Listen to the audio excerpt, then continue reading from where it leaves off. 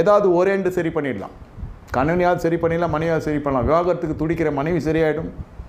அப்படி இல்லை இந்த மனுஷனோடைய வாழ மாட்டேன்னு சொல்லி வர பெண்மணி இல்லை அந்த புருஷன், யாராவது ஒருத்தங்க செய்தி கேட்குறவங்க, யாராவது ஒருத்தன் டச்சில் இருப்பான்.